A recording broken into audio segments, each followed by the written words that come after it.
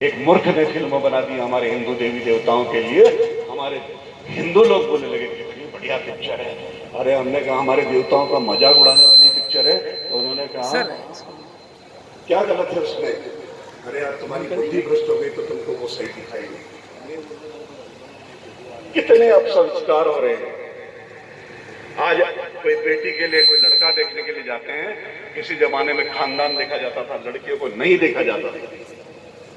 हमों को अरे फलाने जी की बेटी है, आंख बीच करके विवाह कर लिया जाता था। आज उसका पैकेज क्या है? मैं कलेक्टर ऑफिस में था, बड़ी जवाबदारी वाले पद पे था। मेरे पास लोग आते थे, साहब वो आपके यहाँ वो इस नाम का एक व्यक्ति है, वो नौकरी करता है क्या? हाँ भैया करता है। उसको कितनी सैलरी मिलती है? सैलरी से क्या कारण है भाई? वो हमारी बेटी की बात चल रही है। हमने बताया इतनी सैलरी, तो उन्होंने कहा ये अधिकारी हो सकता है मित्रता हो। साहब उसकी सैलरी स्लिप दे देंगे क्या? रिश्तों में हम सैलरी स्लिप मांगने लगे, रिश्तों में हम पैकेज देखने लगे, तो आप शादी थोड़ी करके लाए। वो आपके घर में तूफान मचाएगी आकर। आज बहनें ये कहती है हमारा बेटा बहुत आज्ञाकारी है। हम जब तक कुछ नहीं बोले कुछ नहीं करता है। हमारा दूसरा क्रम, हमारा बेटा तो बड़ा जोरू का गुलाम है, सास ससुर को लेकर के घूमता रहता है। जब देखो ससुराल पहुंच जाता है, सास की सेवा, ससुर की सेवा, पत्नी को घुमाने ले जाता है। तो हमारा दामाद बहुत अच्छा है, हम लोगों को खूब घुमाने ले जाता है, हमारी बेटी को खूब खुश रखता है। जब तक इन विचारों को नहीं, देखो आज क्या है, कथाएं तो रामचरितमानस भी, भागवत भी सुनते हैं और सबको कहानी कविताएं सब मालूम है। राम जी कौन थे अभी मैंने इतना संक्षिप्त में क्यों कहा, क्योंकि मैं जानता हूं कि आपको सबको ये कथाएं मालूम है। वास्तव में ये कथाएं व्यासपीठ से अब होने का वक्त आ गया है। जब जब होए धर्म की हानि, इन व्यासपीठों का निर्माण इसलिए किया था कि जब जब होए धर्म की हानि, हमारे प्रतिनिधि के रूप में तुम लोग जाना और व्यासपीठ पे बैठ करके इस सनातन धर्म की रक्षा करना, ये रक्षा है। मैं आऊं और पूरी राम कथा सुना करके चले जाऊं, जो आपको मालूम है। अंतिम अभी 28 तारीख को सब कार्यक्रम हो जाएगा, हर हर महादेव, और घर जाके वही रामायण चालू होनी है। क्या मतलब निकला इन कथाओं का? जब तक हम अपने आप को बदले नहीं। रामचरितमानस को अपने घर में लाइए, कोई भी एक ग्रंथ अपने घर में लाइए, अपने घर में अपने बच्चों के साथ बैठ करके उनका पाठ कीजिए। सिख भाई अपने धर्म का निर्वहन कर रहे हैं। अरे मुस्लिम, आप तो शिखा में उनको शर्म आने लगी, उनकी तो मूछ कटी है और दाढ़ी बनी है, बड़ा अजीब से, लेकिन कर रहे हैं। उनका जो पहनावा वो है, उनकी जो टोपी है वो है। वो लड़ाई करते हैं सरकार से कि हमारी बेटियां बुर्का पहन करके नहीं जाएगी, लेकिन हमारी अपनी वेडिंग शूटिंग, लगा रखा है। इनका इतना विरोध होना चाहिए। अनेक बेटियों की जिंदगी खत्म हो गई है प्री वेडिंग शूटिंग के चक्कर में। मैं सनातन की बात करूंगा। मुझे मेरा समाज और इस समाज में फिर से इन खुशियों को लाना है, फिर से संस्कारों को लाना है। तो राम कथा ठीक है। कपिल जी, आपके देवती माँ ने पूछा कपिल भगवान से, जो अवतार कपिल भगवान, उनसे देवती माँ ने बड़ी बड़ी शास्त्रों की शिक्षाएं ले ली। कपिल जी ने बड़े बड़े प्रवचन करके देवती माँ को संतुष्ट किया, लेकिन देवती माँ ने ही कहा कि बेटा तुमने इतने प्रवचन सुनाए वो तो ठीक है, लेकिन मेरी तो कुछ समझ में नहीं आया, मुझे क्या करना अपने कल्याण के लिए। जो इतने बड़े ऋषि की पत्नी थी, क्या उनको क्या बात समझ में नहीं आई? उन्होंने इतनी सरल भाषा में क्यों बोला? जो परीक्षित बैठ गए सुखदेव के सामने और बार बार प्रश्न करने लगे, सुखदेव जी महाराज इसका क्या होगा, सुखदेव जी महाराज फिर ऐसा क्या होगा। ये प्रश्न सुखदेव ने परीक्षित को माध्यम बना करके हम सबको सुनाया है, और वो वेद व्यास जी ने लिखा है कि इसको पढ़ो और अपने जीवन को आनंद से जियो। स्वर्ग और नर्क, मर जाएंगे तो नर्क जाएंगे, फिर वहां ऐसे राक्षस आएंगे, फिर हमको तेल में, अरे उस तेल से ज्यादा तो यहाँ तले जा रहे हो संस्कार नहीं होने के कारण। मुझे बताइए, आज बहू उठा के कुछ बोल दे, आज बेटा कुछ उठा के बोल दे तो मर जाता आदमी। उस जीवन को जी रहे हो खाली इसलिए कि आपने संस्कार नहीं दे पाए अपने बच्चों को।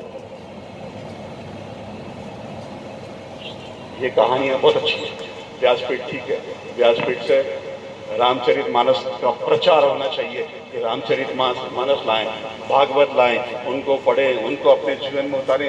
अपने बच्चों से लड़िए ना आप। क्या वो जहर मांगेगा तो आप जहर ला करके दे देंगे?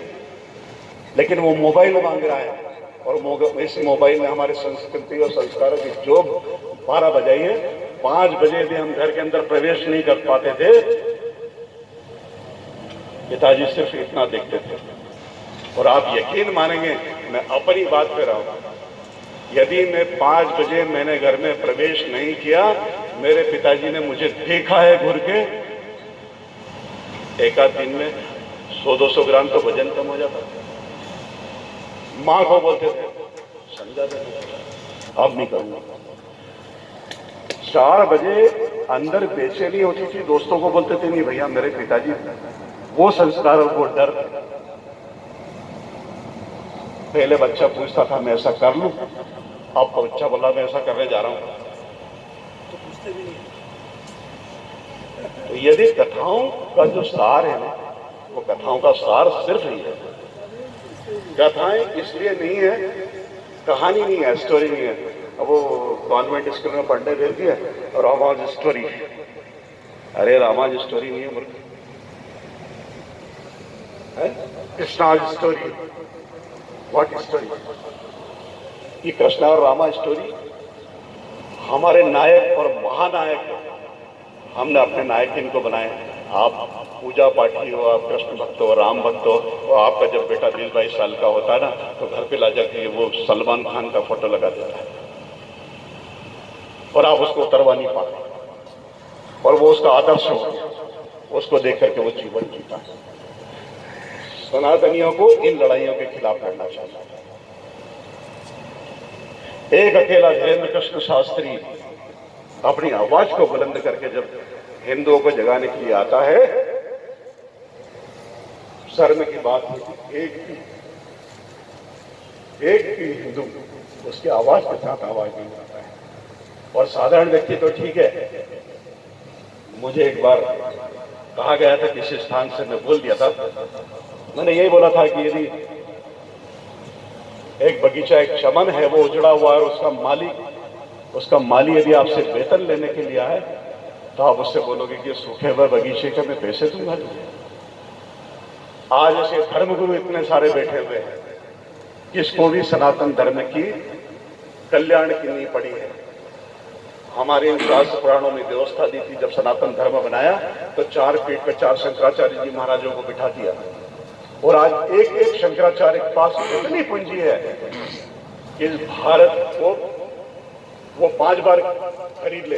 ये विश्व के आधे सोने चांदी के सिंहासनों पे बैठे हैं। आज गौ माता की हत्या हो रही, कहां से आवाज आती है? आज सनातन के लिए भारी नुकसान हो रहा है, कहां से आवाज आ रही है? आपके इंदौर में ऐसे संत महात्मा मिलेंगे जो बड़ा कपड़ा, लाल पीला नीला, दाढ़ी वाड़ी, ये वो बढ़िया मस्त भगवान के फोटो और उनका शौक सिर्फ लोग अपने घर आए, उन्हें प्रणाम करें, और वो अपने खुद फेसबुक पर डालते। कल फलाने जी आए थे, गुरु महाराज को प्रणाम किया। अरे आपका समाज में योगदान क्या है? मैं आपको आज बता दूं, मेरी कथा का कुछ लोग विरोध जिन सबको कर सकते हैं कि आपने इस आदमी को व्यासपीठ पर बिठा दिया, कि निरंतर हमारी 12 बजाता रहता है। मैंने किसी को भी फेसबुक, सोशल मीडिया पे नहीं छोड़ता हूं। आपका योगदान क्या सनातन के लिए? आप क्या कर रहे हो? आप सिर्फ नेताओं के यहाँ जाते हो, सिर झुकाते हो, वो नेता तुमको 3-3 घंटा अपने घर के बाहर बिठा लेता है, और तुम वहां बैठे रहते हो, और वो नेता 5 मिनट में आकर के आपसे मिलता, गुरु महाराज कैसे हो, वो फोटो खींच के आप डालते हो। कल फलाने जी के यहाँ गया था, उन्होंने सम्मान किया। अरे तू 3 घंटा वहां बैठा था। ये हकीकत है, ये हकीकत है, ये ही राम कथा है, यही कृष्ण कथा है। और राम और कृष्ण जब ऊपर से देखते होंगे तो इन कथाओं को देख करके उतना खुश नहीं होंगे। एक बार हमारे नागर जी महाराज, मेरे गुरुदेव, उज्जैन में उनका आश्रम है, उन्होंने अमुक शंकराचार्य जी महाराज को बुलाया, गाड़ी वहां खड़ी कर दी, और ये जो अपना ये रास्ता, ऐसा रास्ता था उनका अंदर आश्रम तक जाने का। आप लोग बोर तो नहीं हो रहे? आप बोलोगे कथा सुनाने आए थे और याज्ञवल्क्य जी ने वो दूसरी कथा कही, ऐसा तो नहीं लग रहा है?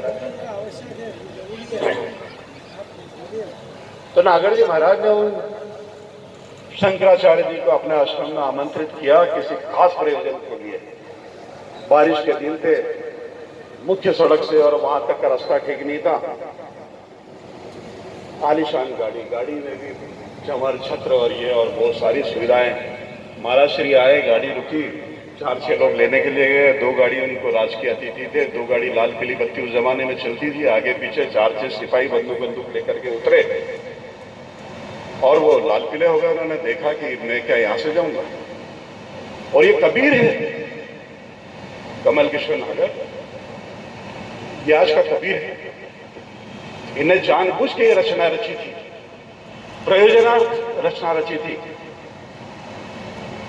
गए, उनको भी कमर में दर्द है। कई बार मैं बोलता हूँ गुरु जी आप भी, तो वो जब चलते हैं तो आप देखना थोड़ा सा बड़ा, और उनकी वो भी सुंदर है छवि। अरे वो आनंद में तो उनको देख नहीं पाता, जब देखता हूं तो। गुरुदेव पहुंच गए, बोला आओ गुरु महाराज आओ। गुरु महाराज ने लाल पीली आंखें की, ये कीचड़ और ये पत्थर और ये कुछ कालीन वालीन नहीं बिछाया। गुरुदेव ने कहा कि अब कालीन का शौक छोड़ दो, इन सोने चांदी के सिंहासनों का शौक छोड़ दो, इन छत्र चवर का शौक छोड़ दो। मेरे झाबुआ के तमाम आदिवासी बस्तियों में धर्म परिवर्तन करवाया जा रहा है, और यदि आप छत्र चवर लेकर के बैठे रहे, आप यदि इन सुविधाओं में बैठे रहे, तो वो सबको बना देंगे, वहाँ सब धर्म परिवर्तन करवा देंगे। यदि आपको सनातनियों को बनाना है तो आपको इन ये पत्थर तो ठीक है, कांटे और कीचड़ सब में उतरना पड़ेगा। और यदि नहीं उतरोगे महाराज, तो आप जिस बड़े आसन के ऊपर बैठे हो ना, वहाँ चूहे जैसे कुदुर के नीचे पोली जमीन कर देते ना, ऐसी आपके नीचे, क्योंकि सनातनी हिंदू ही नहीं बचेगा तो फिर आपको कौन महाराज जी बोलेगा। और किसी दिन धड़ाम से आप किसी गड्ढे में जाओगे। कोई भी ऊपर वाला अपनी कर्तव्यों का निर्वहन नहीं कर रहा है, लेकिन घर मेरा बिगड़ रहा है, मेरा बच्चा बिगड़ रहा है, मेरा संस्कार बिगड़ रहा है। आज लव मैरिज आम बात हो गई, आज अन्य जातियों में आम बात हो गई। 6 महीने रिश्ते रहते हैं, टूट जाते हैं, फिर वो कोर्ट कचहरी। इनको सबको यदि रोकना है, मुझे आज 8 दिन में सबसे अच्छी कथा ये 15 मिनट की हुई है। हमारे जैन साहब लड़ते हैं, कहते हैं समीर भाई को इस ग्रुप में ज्वाइन करो। अरे हमारे हिंदू भाई हमारे सनातन के लिए इतना गंदा बोलते हैं, हिंदू भाई सनातन के लिए इतना गंदा बोलते हैं कि क्या क्या हम लोगों को क्या हो गया है।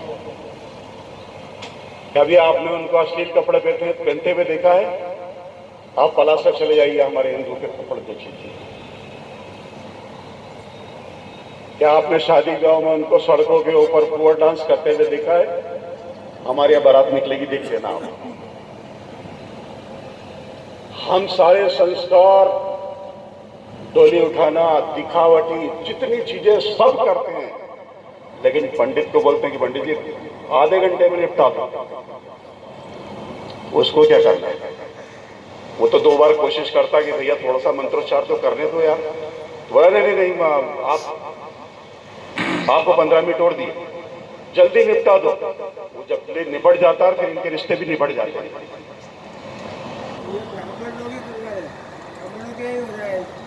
सभी दूर हो रहा है, मेरे अभी हो रहा है। मैं अपने आप को अछूता नहीं कह रहा हूं। तो जो असली कहानी है, आपने वो तो दशरथ जी और सीता जी और बहू वाली बात कर दी। तो आज लोग कह रहे हाँ बहुत खुश है, लेकिन जरा उसकी पीठ पे हाथ रख के पास में बिठा के पूछ तो लेना, रो पड़ेगा। और असली हंसी आनी चाहिए।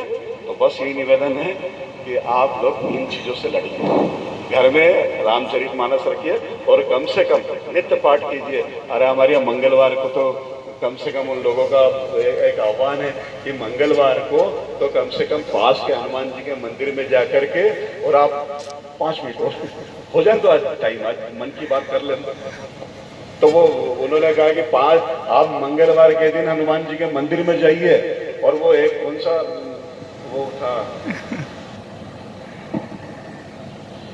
सीताराम हनुमान सीताराम हनुमान सीताराम